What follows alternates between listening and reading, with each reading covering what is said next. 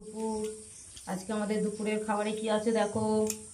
এই যে নুন, লেবু, উচ্ছে আলু ভাজা, ঢেঁড়সের তেল ঝাল, ঢেঁড়স কি ভেন্ডি তোমরা কি বলো আমি জানি না, আলুর বড়ার রেসিপি তোমাদেরকে আমি একদিন শেয়ার করব। এইটা হচ্ছে যে ভুঁটির ঝাল, কাঁঠালের যে ভুঁটি হয় সেই ভুঁটির কষা যেটা বলে, ডিম ভাজা, আম, আর এইগুলো হচ্ছে যে চিকেন পকোড়া। তোমরা কে কে চিকেন পকোড়া খেতে ভালোবাসো? সঙ্গে ডাল আছে, আমাকে কমেন্ট করে জানাবে কে চিকেন পকোড়া খেতে ভালোবাসো। এই বর্ষার দিনে চিকেন পকোড়া বসে বসে খাওয়ার মজাটাই আলাদা। আমরা এখন 1:30টার সময় দুপুরের খাবার খাচ্ছি। তোমাদের কাদের সব খাওয়া হয়ে গেছে